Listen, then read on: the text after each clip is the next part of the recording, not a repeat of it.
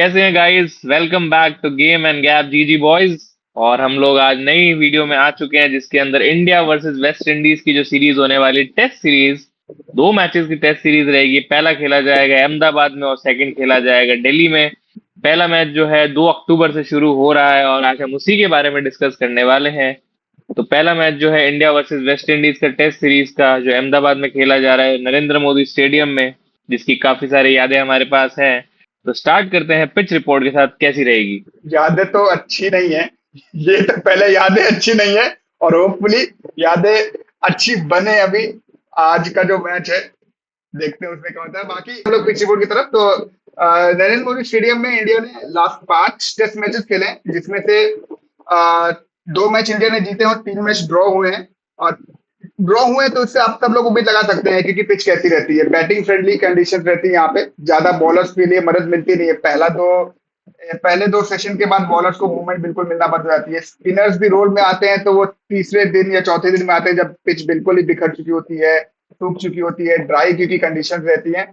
तो मेरे हिसाब से बैट्समैन के लिए पैराडाइज है। वापस हम लोग जैसे 720 रन बने थे, श्रीलंका ने बनाए थे 720 रन इंडिया के अगेंस्ट। इंडिया ने भी अगेंस्ट इंग्लैंड ऑस्ट्रेलिया 200 सॉरी 480 और 486 के आसपास कुछ रन बनाए थे। तो आई थिंक ये वापस एक बैटिंग विकेट हम लोग एक्सपेक्ट कर सकते हैं, जिसमें फर्स्ट इनिंग का एवरेज स्कोर 312 से 315 के बीच रहेगा। और जो भी टीम टॉस जीतेगी आई थिंक वो बैटिंग करना चाहेगी। हालांकि इसमें आयरनी है कि जिस टीम ने पहले बॉलिंग की है वही टीम मैचेस जीती है। बट जैसा कि पिच है, आई थिंक कोई भी टीम टॉस जीतेगा वो बैटिंग करना फैसला करेगा। और इंडिया वेस्ट इंडीज का मैच है तो आई थिंक इंडिया चाहेगा टॉस जीते और जितने ज्यादा से ज्यादा रन बना सके और फिर इनिंग्स के साथ ये मैचेस को जीत सके। तो अब एक बार हम लोग वेस्ट इंडीज की स्क्वाड के बारे में बात कर लेते हैं, जो काफी स्टेबल लग रही है। बट पिछली दो सीरीज ऐसे मतलब वेस्ट इंडीज हारी है, बट स्टिल होप करेंगे इस बार अच्छी स्क्वाड है, स्टेबल स्क्वाड है। कुछ कुछ प्लेयर्स मतलब एक्सपीरियंस अच्छा है, कुछ नए प्लेयर्स है। तो इंडिया के लिए भी एक नई शुरुआत रहेगी इस टेस्ट सीरीज में आफ्टर इंग्लैंड सीरीज। तो अगर वेस्ट इंडीज के कुछ हम लोग की प्लेयर्स पे बात करी जाए तो मुझे ऐसा लगता है अल्जारी जोसेफ, जो एक अच्छे पेस बॉलर हैं। लास्ट 6 इनिंग्स में अच्छा रिकॉर्ड रहा है उनका, एवरेज 3 से 4 विकेट लेते हैं। बट स्टिल हाँ, आई मीन अहमदाबाद के पिच है तो इनिशियली थोड़ा सा मूवमेंट रहेगा फर्स्ट इनिंग में। आई थिंक उसके बाद इतना सेकंड इनिंग में इतना यूजफुल नहीं रहेंगे। But still he is a good bowler, इतने टाइम से वेस्ट इंडीज के साथ अच्छा कर रहे हैं। सेकंड जो मुझे लगता है वेरिकन, ये काफी अच्छे स्पिनर है, पाकिस्तान को बहुत परेशान किया था। हाँ, हालांकि ऑस्ट्रेलिया में इतना अच्छा नहीं रहा, बट स्टिल ओवरऑल इंडिया के लिए डिफिकल्ट रहेगा इनको खेलना, क्योंकि ये थोड़ा स्लो स्पिन डालते हैं। तो वहां पे इंडिया वाले फंसते हैं, जैसे हमने न्यूजीलैंड वाली सीरीज में भी देखा था। तो ये दो प्लेयर मेरे हिसाब से रहेंगे जो काफी मतलब प्लेयर टू वॉच आउट रहेंगे इस पहले मैच के लिए। बस बताऊं तो आई थिंक मेरी नजर रहने वाले सबसे पहले प्लेयर होने वाले ब्रैंडन किंग, क्योंकि वेस्ट इंडीज की अगर हम पूरी स्क्वाड देखें तो उसमें सबसे ज्यादा स्टेबल और सबसे ज्यादा इनिंग्स को बिल्ड करने जी वाले प्लेयर रहे हैं और बहुत अच्छा बिल्कुल। प्ले भी किया इन्होंने।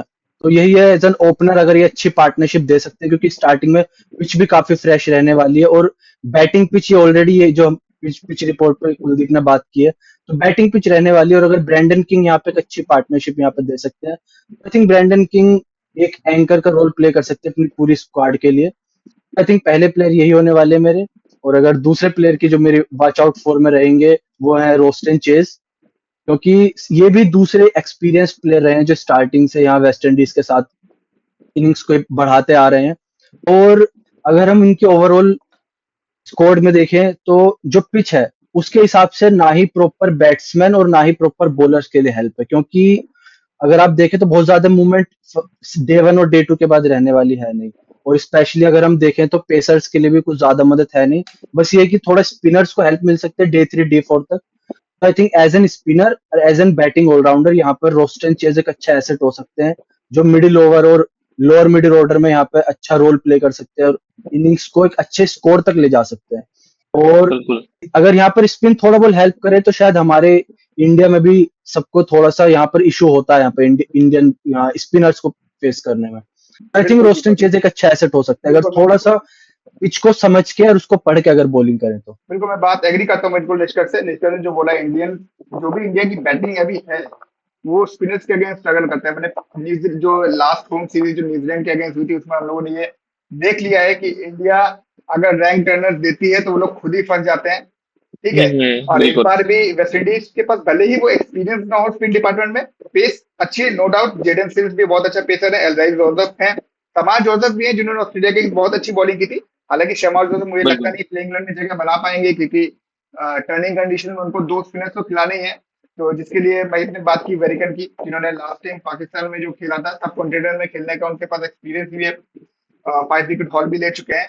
और एक और स्पिनर की बात करूंगा मैं ग्रीस की, जस्टिन ग्रीस की। उन्होंने भी हर मैचेस में विकेट लिए। वो लास्ट 6 मैचेस जो खेले, 6 इनिंग्स में जो उन्होंने बॉलिंग कराई है, 6 के 6 इनिंग्स में उनके पास विकेट है। और वो जो विकेट है वो ऑस्ट्रेलियन पिचेस पे जहाँ पे उतनी स्पिनर्स को मत नहीं मिलती है।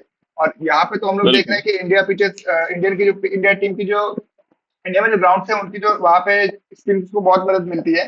तो आई थिंक वेस्ट इंडीज के स्पिनर्स वॉच आउट रहेंगे। इंडिया को उनको देखना होगा, खेलना होगा, उनके अगेंस्ट क्या स्ट्रेटेजी रहेगी वो देखनी होगी क्योंकि इंडिया का मिडिल ऑर्डर एक यंग मिडिल ऑर्डर है। पहले पुजारा, विराट और रहाणे जो स्पिन के प्लेयर थे वो नहीं है अभी। तो पूरा एक नया मिडिल ऑर्डर अब देखने को मिलेगा हम लोगों को। शुभमन गिल नंबर 4 पे, नंबर 5 पे शायद देवदत्त पडिक्कल को मौका मिले जैसी खबरें आ रही हैं।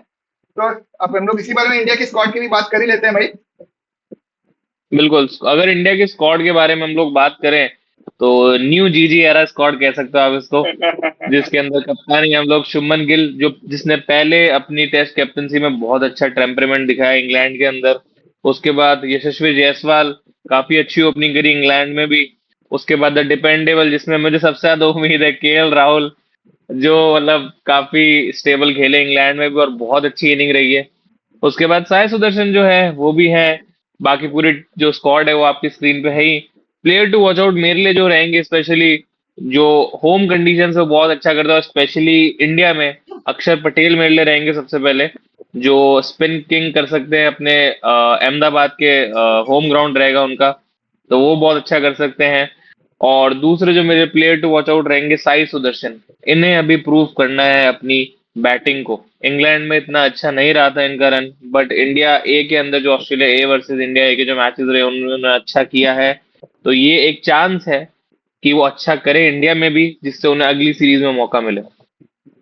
बिल्कुल बिल्कुल। और आपने अक्षर पटेल का नाम लिया, अक्षर पटेल की जगह बनती है। अक्षर पटेल का इस ग्राउंड में रिकॉर्ड भी बहुत अच्छा है। लास्ट मैच बहुत में अच्छा रहा। बॉलिंग के साथ तो उन्होंने परफॉर्मेंस की है लेकिन साथ ही साथ बैटिंग में उन्होंने रन बनाए। बैटिंग में आई थिंक 78 के आसपास रन थे जो लास्ट मैच इंडिया ने खेला था यहाँ पे इस ग्राउंड में अगेंस्ट आई थिंक ऑस्ट्रेलिया के अगेंस्ट जो सीरीज हुई थी उसमें उन्होंने अच्छे इनिंग रन भी बनाए थे।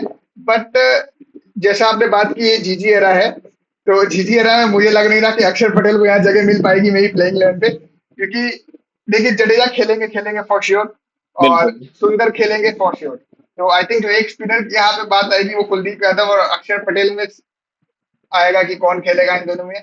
और जडेजा क्योंकि खेल रहे हैं तो सिमिलर काइंड ऑफ बॉलर अक्षर पटेल भी हैं। ठीक है, सेम जो जडेजा काम करते हैं वही काम अक्षर पटेल करते हैं। तो आई थिंक शायद यहाँ पे कैप्टन और कोच कुलदीप यादव के साथ जा सकते हैं जिनका होम रिकॉर्ड बहुत ही अच्छा है। और अक्षर पटेल लास्ट बिल्कुल जो इंग्लैंड स्क्वाड थी उसमें भी हिस्सा नहीं थे, इंग्लैंड स्क्वाड का कुलदीप यादव उस स्क्वाड का हिस्सा थे। तो आई थिंक अगर मुझे मेरा मानना है कि शायद से कुलदीप यादव को एक्स्ट्रा एज मिलेगा। जैसे उन्होंने एशिया कप में भी उन्होंने देखा था बहुत ही अच्छी बॉलिंग कराई है। तो एज अ बॉलर अगर आप प्रॉपर बॉलर अगर जाएंगे तो आई थिंक कुलदीप यादव को जगह मिलनी चाहिए। और बाकी जसप्रीत हमारे पास बाकी जो दो बॉलर है मोहम्मद सिराज ऑब्वियसली खेलेंगे और जसप्रीत बुमराह जैसा कि चीफ सेलेक्टर अजीत अगरकर ने बोला है कि उनको काफी रेस्ट मिल चुका है। एशिया कप में उनका उतना उनके ऊपर उतना बर्डन था भी नहीं, उन्होंने 1-2 मैचेस रेस्ट भी किया। तो शायद मुझे लगता है कि वेस्ट इंडीज के अगेंस्ट भी जसप्रीत बुमराह खेलेंगे क्योंकि ये टेस्ट मैचेस WTC का साइकिल के अंदर इंक्लूडेड है। तो आई थिंक इंडिया कोई भी चांस नहीं बिल्कुल लेना चाहेगी कि मैचेस हारे या कुछ भी हो क्योंकि एट द एंड हमारा फाइनल है में WTC फाइनल जाना और इस बार होपफुली जीत के बिल्कुल आना। बिल्कुल बिल्कुल अगर WTC के फाइनल से ही यहाँ पर स्टार्ट करे तो आई थिंक ये पूरा एक स्क्वाड बनाएंगे जो आगे तक भी एक डिपेंडेबल टीम और प्रोबेबल 11 जो रहने वाली है, आई थिंक उसी का यहाँ पर प्रयोग जारी रहेगा हमारे गौतम गंभीर साहब का। आई थिंक अगर स्क्वाड देखे भी तो आई थिंक थोड़ा सा एक दो प्लेयर्स है जिन पे मुझे वॉच आउट मेरी निगाहें रहेंगी, क्योंकि आई थिंक ये अब ऐसे स्क्वाड बनाने वाले जो बार बार चेंज नहीं होने वाला है। तो आई थिंक स्टार्टिंग के कमजोर टीम के खिलाफ ही जो एक्सपेरिमेंट रहेगा वो रहेगा, उसके बाद आई थिंक टीम कंटिन्यू रहेगी और आगे तक उनका परफॉर्मेंस को बिल्कुल बिल्डअप करेंगे। तो मेरी जो नजर रहने वाली है वो देवदत्त पाटिकल और साई सुदर्शन पे रहने वाली है, क्योंकि आई थिंक इन दोनों का भी काफी कुछ प्रूव करना है इस स्क्वाड के अंदर।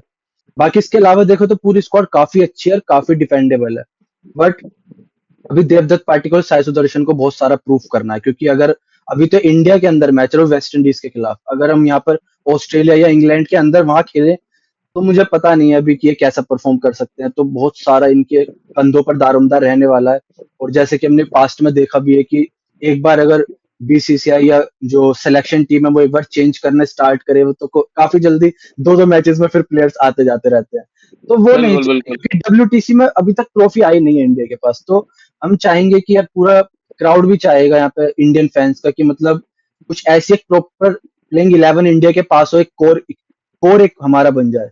आई थिंक इन दोनों बिल्कुल को भी काफी कुछ प्रूव करना है, और इनिशियल स्टेज में अगर ये हमें एक टीम में जगह इनकी परफॉर्म फिक्स हो जाए तो आई थिंक आगे तक हम सबको इशू नहीं रहने वाला। तो आई मेरी थिंक नजर इन पर बिल्कुल। रहना है। ये टीम आप देख सकते हैं एक ट्रांजिशन में इंडिया टीम। आई थिंक समय लगेगा, हम्म, पूरा नया बैटिंग ऑर्डर, पुजारा, रहाणे, विराट, रोहित शर्मा के रिटायरमेंट के बाद आई थिंक सब नए हैं। नए इन अ सेंस आप कह सकते हैं कि उतना गेम नहीं खेला उन्होंने, ऐसा नहीं कह सकते कि बिल्कुल नए हैं, यंग प्लेयर हैं। सभी के पास एक्सपीरियंस है। आई थिंक इंडियन डोमेस्टिक बिल्कुल क्रिकेट बहुत ही अच्छी है। हमारी रणजी ट्रॉफी, दिलीप ट्रॉफी, आप जैसे देख सकते हैं साई सुदर्शन ने अगेंस्ट ऑस्ट्रेलिया एक सेंचुरी बनाई है। देवदत्त पडिक्कल ने भी 150 रन का स्कोर किया है। तो आई डोंट थिंक टैलेंट की कोई कमी है, बट बात वही है, आपको मौके देने होंगे। आई थिंक जैसे करुण नायर को पूरे 5 मैचेस मौके मिले थे, 4 मैचेस सॉरी मौके मिले थे इंग्लैंड सीरीज में, वैसे ही अगर आपको ट्रस्ट दिखाना होगा देवदत्त पडिक्कल और साई सुदर्शन के ऊपर, क्योंकि आपको बिल्ड करना है एक प्रॉपर 11 आपको बिल्ड करनी होगी, एक प्रॉपर आपको स्क्वाड बिल्ड करनी होगी, क्योंकि आप आगे आपके पास साउथ अफ्रीका जाना है, बड़ी सीरीज होगी वो, न्यूजीलैंड जाना है जो आपकी दो बड़ी अवे सीरीज है, जिसमें आपको जीतना होगा कम से कम, नहीं तो बिल्कुल 2 मैचेस आपको जीतना होगा अगर डब्ल्यूटीसी के लिए खेलना है। तो आई फील सो कि ये मौका है वेस्ट इंडीज के अगेंस्ट इंडिया को अपना एक स्क्वाड बिल्डअप करने का, और जितना ज्यादा हो सके प्लेयर्स को मौके देने का। आई और आई थिंक थिंक दोनों जुड़ेल अच्छी को भी टीम्स आई हैं। थिंक थोड़ा सा यहाँ पर और थोड़ा बेहतर करने की जरूरत है, क्योंकि जितना टेस्ट हम्म, टीम में हमने देखा है पंत नहीं होते हैं तो इनको एक सेकेंडरी ऑप्शन रखा जाता है। तो आई थिंक थोड़ा सा ध्रुव जुड़ेल को भी प्रूव करना पड़ेगा, कंसिस्टेंट परफॉर्मेंस देनी होगी, इंक्लूडिंग विकेट कीपिंग स्किल्स। क्योंकि अगर हमारे पास अभी भी ऋषभ पंत इतने अच्छे विकेट कीपर नहीं प्रूफ हुए जितने अच्छा धोनी या फिर हमारे दूसरे विकेट कीपर रहे हैं, आई थिंक यहाँ पर एक थोड़ा सा एक लीड रह सकती है अगर ध्रुव जुरैल उस लेवल के अगर विकेट कीपिंग एटलीस्ट टेस्ट में दिखा पाए। तो आई थिंक इनके लिए भी बहुत अच्छी अपॉर्चुनिटी रहने वाली है कि एक प्राइमरी विकेट कीपर टेस्ट में हमारे बन सके। बिल्कुल। पूरी स्क्वाड अच्छी है, सारे प्लेयर एक्सपीरियंस्ड है, सबको अपने आप को प्रूव करना है, क्योंकि ओवरऑल एक काइंड ऑफ नई स्क्वाड ही है हमारी। सारे प्लेयर्स ने हैं, कुछ कुछ एक्सपीरियंस प्लेयर ऑफ कोर्स हमारे पास है। तो एक अच्छा टाइम है, अच्छी सीरीज है, होम सीरीज है, और सब ने सबको होम का एक एक्सपीरियंस है, कहाँ पे अहमदाबाद में भी और दिल्ली में भी, जो अगला टेस्ट मैच रहेगा। तो ये एक अच्छी सीरीज है अपने रिकॉर्ड्स को अच्छा करने के लिए, और जो अगली सीरीज उसके लिए तैयार होने के लिए जो ऑस्ट्रेलिया से रहेगी। तो आई थिंक अच्छा रहेगा ये सीरीज का। सारा हमारा सारे इंडियन प्लेयर्स अच्छे से खेलेंगे, सबको मौका मिले, एटलीस्ट एक सॉलिड बिल्ड करें हम लोग 11, जो हमारी फाइनल तक जा सके। ऐसा ना हो कि एक मैच में कोई खराब खेल रहा है तो उसको अगले मैच में हटा दिया, वो ना करें।